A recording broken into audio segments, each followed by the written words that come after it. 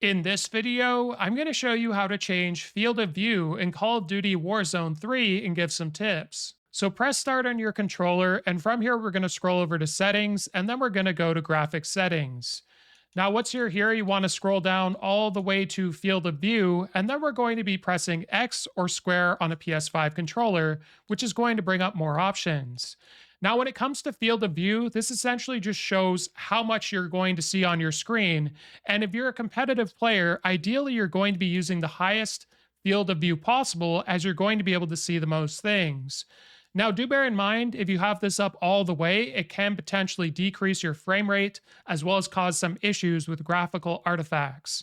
Now, when it comes to these additional options, ADS field of view, essentially when it comes to selecting between independent versus affected, you can see it to the right that under independent, the screen taken up by the gun is a lot more, whereas if you use affected, it's a lot less. So ideally, you'd use that one.